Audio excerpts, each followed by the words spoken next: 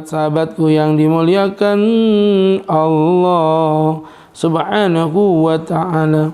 Ala kulli hal, teman-teman yang dirahmati Allah Subhanahu wa ta'ala, itu tadi ya kaitan dengan apa yang Ustadz jelaskan, teman-teman yang dirahmati Allah Subhanahu wa ta'ala.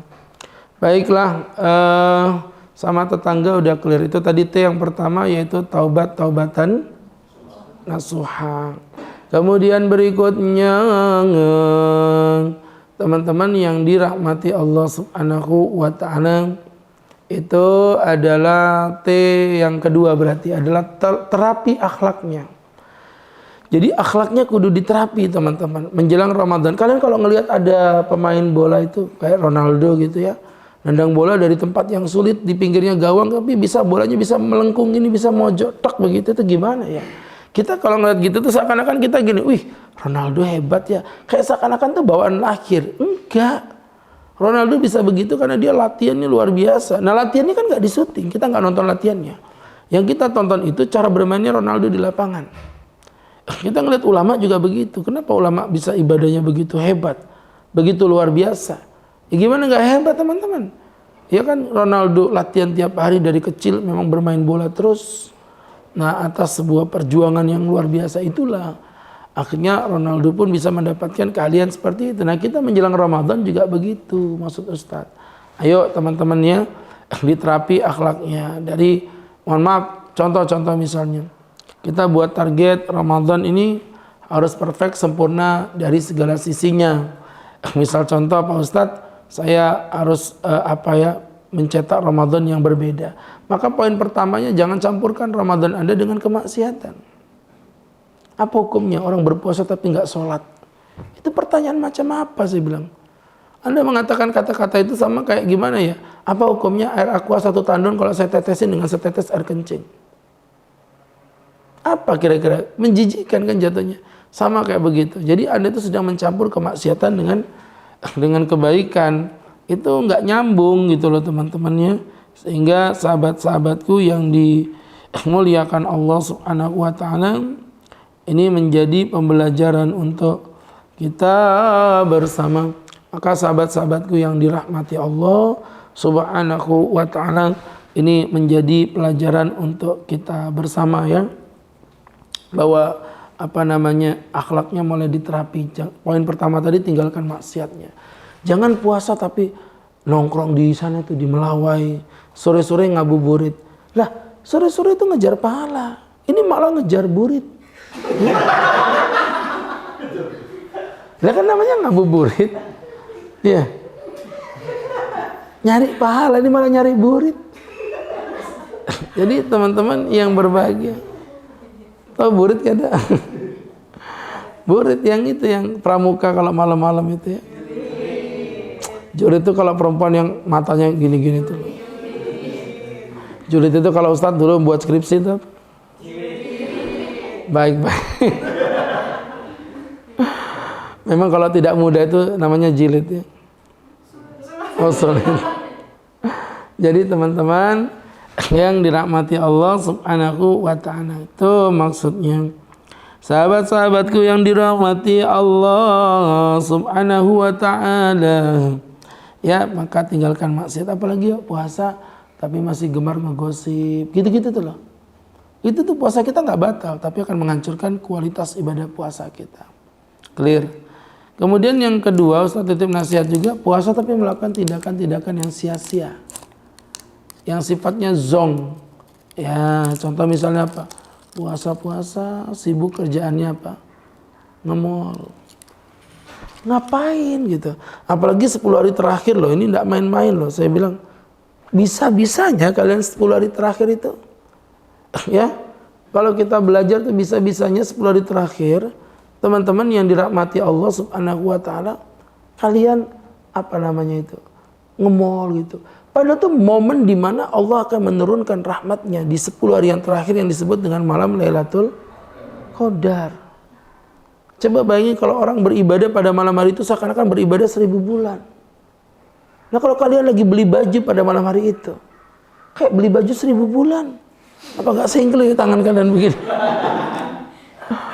Iya. Lu mohon maaf lu pulang-pulang bawa kresek gini ketemu saya. Mbak dari mana? Dari mall. Ini baru pulang tarawih, kok kamu udah pulang mall nggak tarawih? Enggak Pak Ustadz. Kenapa? Ya Allah Pak Ustadz, ini saya lakukan demi menyambut datangnya hari kemenangan. Kemenangan gundul situ. Nah, lawang lombanya aja nggak ikut, kok bisa ngomongin menang, tak hajar memang. Orang menang, gimana Indonesia bisa menang di Piala Dunia? Wong masuk aja enggak ya. Nah gitulah teman-teman. Maka berangkat dari situlah. Ayo teman-teman ya. Ini kita jadikan momen untuk belajar bahwa yang namanya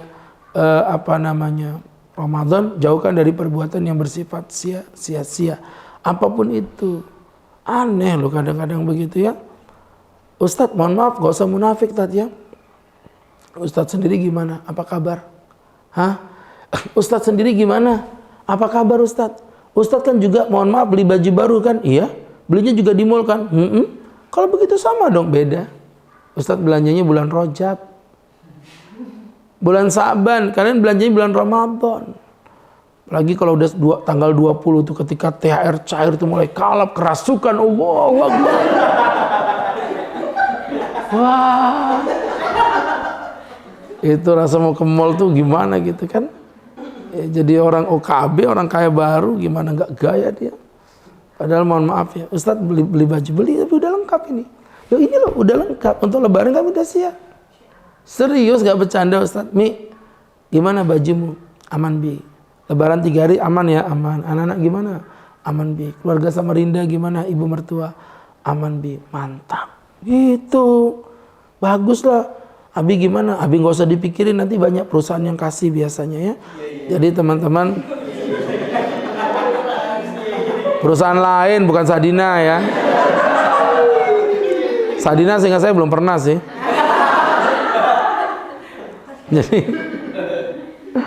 Jadi teman-teman yang dirahmati Allah, paling bagus pulang bawa kue gorengan kecil-kecil gitu aja. Itu yang dibawain Sadina. Maka teman-teman, saya nggak minta mas ya, orang minta-mintakan dosa. Cuman ini saya pakai ini L ukurannya, baik. Jadi gitu ya teman-teman yang dimuliakan Allah Subhanahu wa ta'ala. Ini menjadi pelajaran untuk kita bersama, sahabat-sahabatku yang berbahagia yang dimuliakan Allah Subhanahu wa ta'ala. Maka kalau kita belajar di poin itu ya, teman-teman yang dirahmati Allah Subhanahu wa ta'ala, tinggalkan itu. Nah yang ketiga adalah berpuasa tapi minim ilmu. Nah makanya Ustaz bilang T-nya yang ketiga apa? Telaah ilmunya. Ya, 3 T sudah. Yang pertama apa tadi? Taubatan nasuha. Yang kedua? Terapi akhlaknya. Yang ketiga? Telaah ilmunya. Jangan pernah masuk Ramadan dalam kondisi kalian tanpa ilmu. Jangan. Makanya mohon maaf, sangat lucu. Dulu tuh waktu Ustaz pulang dari Yaman, dakwah di Balikpapan tuh lucu loh. Awal-awal saya pulang dari Yaman itu, saya masih ingat. Bulan Syawal tuh Ustaz, bulan Ramadan tuh Ustaz malah kayak kosong gitu, kayak agak-agak nganggur gitu. Saya bingung kenapa ya? Saya tanya loh, ini pengajian biasanya rutin gimana? Anu Pak Ustaz, ini pengajian rutinnya kita off-kan. Kenapa? Kan lagi puasa, teman-teman pada lapar. Halo, saya bilang, antum kebalik mindsetnya. Bulan puasa itu harusnya makin ngegas. Nabi Muhammad perang Uhud di bulan apa itu? Ramadan. Perang Badar, saya ulangi. Perang Badar di bulan apa? Ramadan. Jadi teman-teman yang berbahagia, kenapa Nabi nggak bilang, kita perangin nanti aja ya, habis Lebaran ya. Nanti opornya nggak ada yang makan jar. Teman-teman tidak kan? Nah makanya Ramadan tuh makin ngegas ibadahnya. Makanya kalau kita kajian gitu, ya kan teman-teman yang berbahagia, yang dimuliakan Allah, Ramadan harusnya makin semangat. Dan alhamdulillah sekarang mulai berubah mindset. Saya perhatikan itu. Bahkan yang kajiannya nggak rutin aja, kalau Ramadan tuh minta rutin. Pak Ustadz kami minta 4 pertemuan, mantap begitu. Kenapa? Mintanya kajian tematik, bahas tuntas tentang apa begitu. 4 pertemuan, mantap. Ini kayak begini yang kita butuhkan.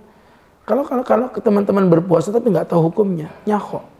Loh, yang simpel aja, coba ya Ustadz tes ya. Makan minum itu batal puasa nggak? Yang simpel begini. Coba makan minum batal nggak? Kalau sengaja batal. Iya sengaja, ini sengaja batal. Makan minum dengan sengaja batal nggak? Batal. Enggak, orang malam kok ya. Ustadz dilawan, kalah lah kau. Makan minum dengan sengaja di siang hari. Batal enggak? Enggak, orang masih Syawal kok, Sa'ban belum Ramadan. Nah, jadi teman-teman yang berbahagia, yang dirahmati Allah, makan minum itu batal. Tapi kalau nggak sengaja tadi batal nggak? Enggak. Dengerin Ustadz. Ustadz mau makannya, nungguin buka puasa kan. Allahu Akbar, Allahu Akbar. Makan, minum, kenyang, geriga. Ganti baju, selesai ganti baju mau sholat, tiba-tiba terdengar suara Allahu Akbar, Allahu Akbar, Allahu Akbar, Allahu Akbar. Waduh, gimana Bu? Kita udah makan loh Bu. Gak tahu Pak, ayo kita keluar ngecek keadaannya. Buka pintu, pas depan pintu tuh anaknya di ayunan main HP. Ringtone-nya Allah. Pertanyaan Ustadz, ini nggak tanpa direkayasa ya, alami ya, batal nggak puasanya? Batal. Nggak sengaja Tat, iya. Kok bisa? Ya terserah saya dong, saya Ustadznya kok. Ya, kan? Orang kalian mati lampu juga terserah kalian ya kan.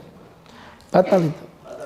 Iya. Kenapa batal Pak Ustadz? Karena ada unsur keteledoran. Kenapa nggak lihat jadwal imsakiyah dulu? Kenapa nggak lihat jam dulu? Kayak PT Sadina itu sambil iklan buat itu jadwal imsakiyah, cetak 3 rem, bagi-bagikan keluar sana. Nanti ada foto kalian.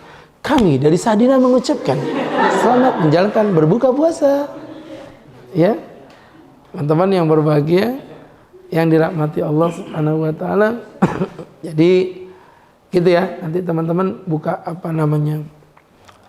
Share itu biar punya jadwal imsak, karena kalau ngandalin adzan tuh kadang nggak jelas juga muadzin. Banyak mitos-mitos itu. Pak Ustadz katanya menangis batal. Siapa yang bilang? Pernah dengar nggak? Menangis batal? Saya kasih tahu, saya udah coba buka semua madzhab, ketemunya cuma satu madzhab yang bilang begitu, madzhab mama kita.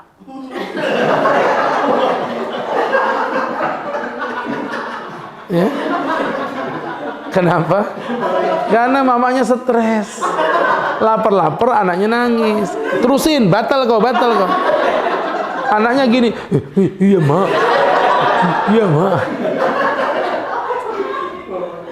Kasian lah. Nahan lapar saya masih bisa, nahan nangis tuh kayak apa? Iya mak. Iya kan? Apalagi pernah dengar nggak kata-kata ketusuk duri batal? Berdarah, iya. Mitos. Berdarah itu yang batal cuma haid aja. Selain haid nggak ada. Jangan ketusuk duri. Bekam itu loh kurang apa? Disedot darahnya asli sengaja kan?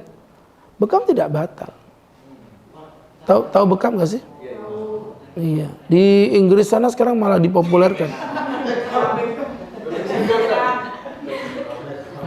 Iya. Jadi gitu ya teman-teman. Di bekam itu sunnah. Nanti bekam nggak apa-apa, yang penting kuat. Kalau nggak kuat nekat bekam batal, dosa lah Anda. Ada apa lagi tuh? Mandi keramas batal. Siapa yang bilang mandi keramas? Nggak apa-apa. Mandi keramas, ya kecuali kalau lidahnya nakal.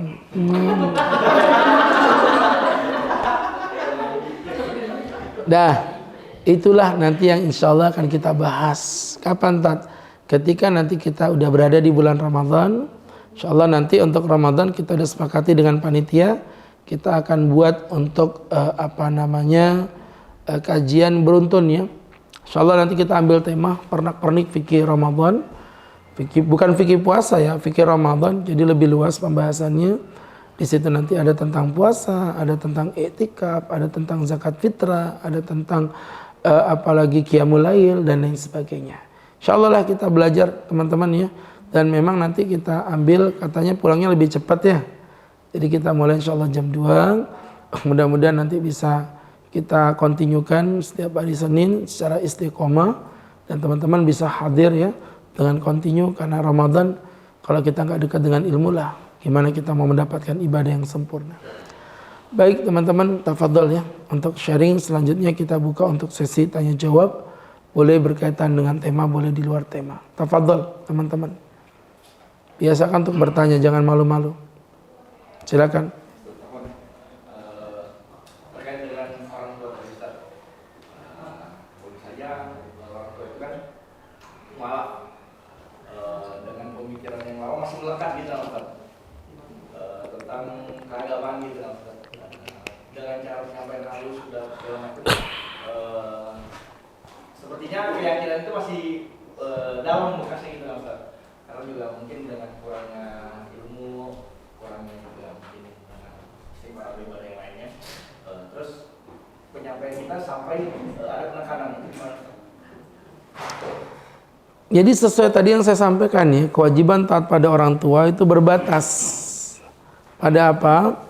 Selama perintahnya tidak bertentangan dengan syariatnya Allah. Nah, kalau memang dia melakukan sesuatu yang bertentangan dengan syariat Allah kemudian kita mengingkarinya, itu bukan kedurhakaan. Ya. Mohon maaf, misalnya contoh dulunya agama Hindu, kemudian mu'alaf jadi Islam tapi masih melekat kehinduannya. Suka naruh sesajen di bawah pohon. Apa kemudian kita diam aja? Enggak, kita wajib ngomong. Wah, anak durhaka kamu. Enggak apa-apa, Bu. Yang penting saya enggak pengen ibu masuk neraka. Ya, cuman ngomongnya tetap yang halus ya, namanya juga orang tua. Ngomongnya jangan menggurui, karena gimana pun orang tua itu enggak bisa digurui sama anaknya. Bagi orang tua, anak itu setua apapun tetap anak kecil. Saya yang sudah jadi ustadz pun sama ibu saya sering disuruh-suruh beli es. Beli Salome. Itu depan ibu saya. Kalau kalian yang nyuruh, ku hajar memang kalian. Jadi artinya kalau orang tua itu memang begitu, Mas. Makanya jangan pernah menggurui orang tua. Ngomongnya diskusi, Bu, mohon maaf ya, ibu kan udah muslim, coba ibu pikirkan yang begitu tuh baik gak sih? Nah gitu, kata-kata yang kayak gitu boleh ya, tapi jangan nanti, ibu ini gimana sih, orang udah muslim kok kayak gitu, itu gak boleh, itu haram, neraka, Bu, neraka. Ya, seperti itu. Baik, yang lain. Gimana ini ada dilema mungkin kayak pedagang nasi goreng itu kan, ini kerjanya malam jadi nggak sempat terawih di masjid. Baik. Mungkin dia di rumah aja. Baik, jadi begini ya teman-teman, Bapak mewakili dari pedagang nasi goreng Balikpapan.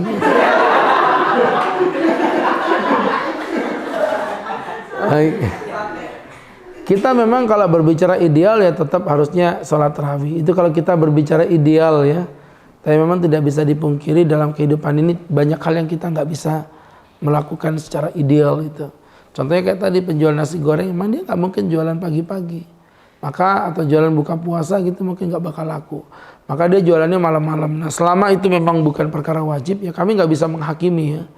Kalau bukan perkara wajib, itu kan bukan wajib, tarawih sunnah. Saya nggak bisa menghakimi, tapi nanti Allah melihat pada apa ya, maksimum dia berikhtiar.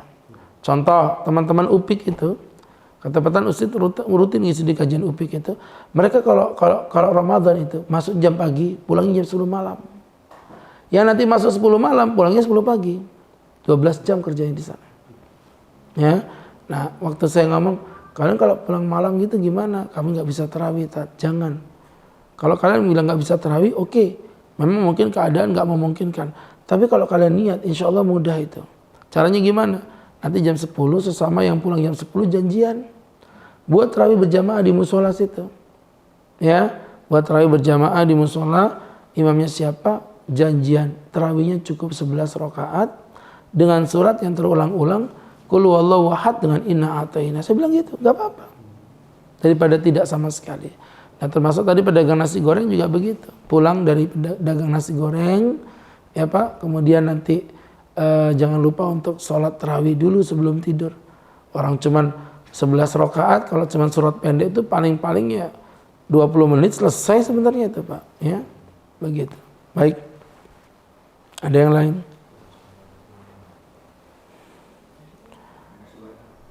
Silakan, masukan hitam silakan. Ya.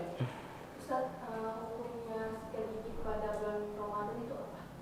Sikat gigi di bulan Ramadan itu bagaimana? Teman-teman yang dirahmati Allah Subhanahu wa taala, Ini kaidah ya, nanti akan Ustaz jelaskan di bulan Ramadan nanti insya Allah teman. Kaidahnya adalah apapun yang ada di mulut kita, walaupun ada rasanya, selama tidak tertelan di bagian kerongkongan kita, maka itu tidak membatalkan ibadah puasa.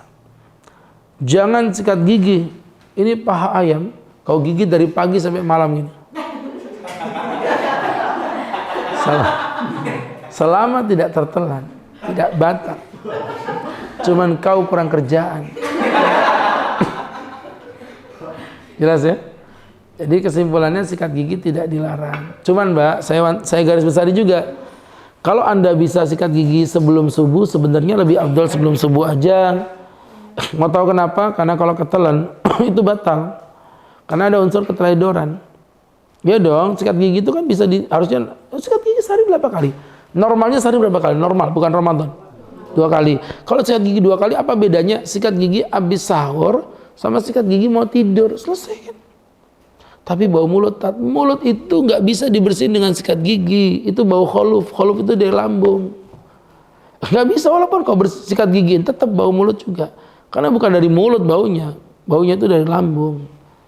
Itu walaupun orangnya bersih gitu sama aja. IO yang cantik-cantik bening-bening yang ngurusin saya buka puasa di hotel-hotel tuh bening-bening itu. Pak Ustadz silakan maju ya.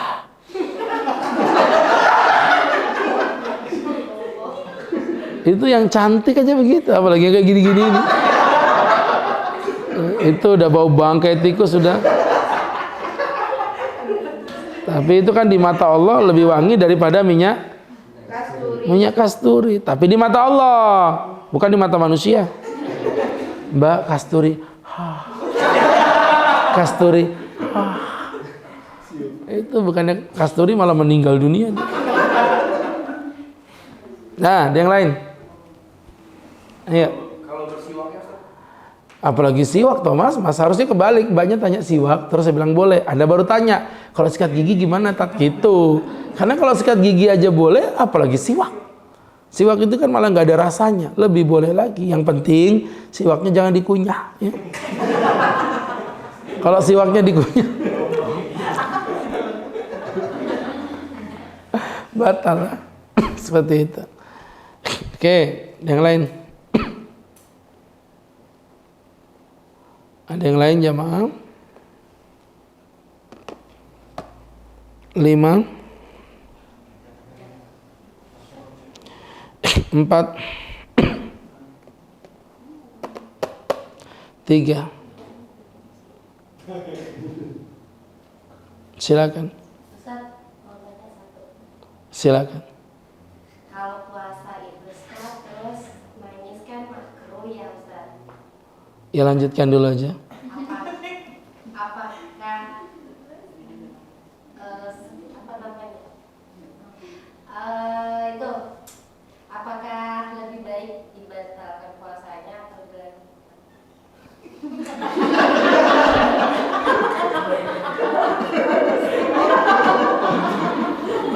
Kayak gini nih kalau Ustadz marah itu dosa nggak sih kira-kira?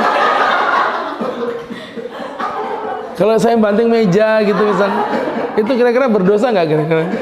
Nggak dosa ya? Oke. Kayak gini nih ya. Dia pengajian, mukanya ke saya, hatinya yang ke rumah. Baik. Tadi udah dijelasin, makanya pada ketawa nih. Saya ulangin lagi. Bahwa tadi menangis itu termasuk apa tadi, mitos. Yang mengatakan menangis batal tuh mitos. Hah? Udahlah nggak apa-apa, nggak usah dibahas. Biar aja Mbak, nggak apa-apa Mbak. Iya nggak apa-apa. Anggap aja dia yang bener lah ya.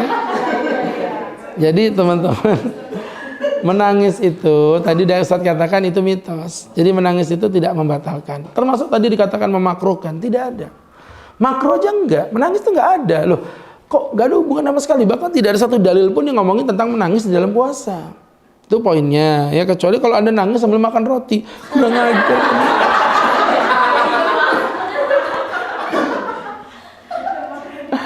Ya kan? Seperti itu ya. Maka tidak makruh. Nah, kalau tidak makruh apalagi batal, lebih parah lagi jelas enggak ada batal. Gara-gara menangis tidak ada. Jadi mohon maaf ya kalau dibatalkan lebih dosa. Karena ada orang itu yang sebenarnya nggak batal, jadi batal karena kebodohannya. Akhirnya dia malah membatalkan diri. Contoh ya, Ustadz kemarin didatengin sama orang itu. Ada seorang laki-laki, dia bekerja di mana itu ya, lupa saya. Pokoknya jelas ini suami istri lah datang ke rumah Ustadz gitu, nangis-nangis. Pak Ustadz, lagi Ramadan ini. Kami tadi malam melakukan hubungan Pak Ustadz, terus habis berhubungan kami ketiduran, terus bangun-bangun ternyata azan subuh. Lah terus saya pun bingung, Tat, berarti batal puasa saya. Dia batal. Akhirnya makan nasi kuning iwak haruan. Sore-sore datang ke rumah saya, Pak Ustadz, gimana dengan puasa saya? Mas, masalahnya tidak sesusah yang kau bayangkan. Sebenarnya puasamu itu nggak batal. Yang penting kamu semalam sudah niat. Sudah Pak Ustadz, jadi nggak batal.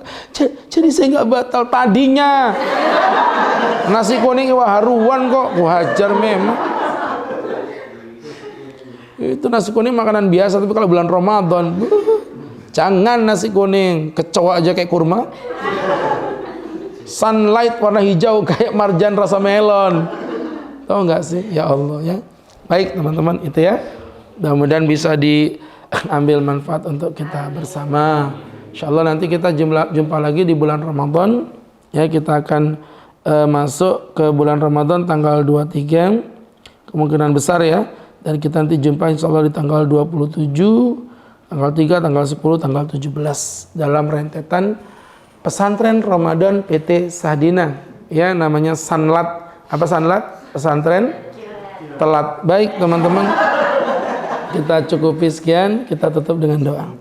Amin amin alhamdulillah rabbil alamin, salatu wassalamu ala sayyidil mursalin wa ala alihi wa sahbihi ajma'in. Inna nas'aluka salamatan fid din wa afiyatan fil jasad wa ziyadatan fil ilmi wa barakatan fil rizki wa taubatan qabla al maut wa rohatan indal maut wa maghfiratan ba'dal maut. Hawin alaina fi sakaratil maut wal afa indal hisab wan najata minan nar.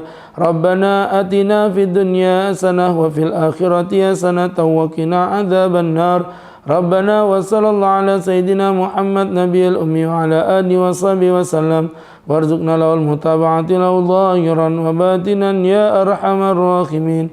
Hifadli subhanaka rabbika rabbil izzati amma yasifun. Salamun alal mursalin walhamdulillahi rabbil alamin. Terima kasih. Billahi taufik wal hidayah. Assalamualaikum warahmatullahi wabarakatuh.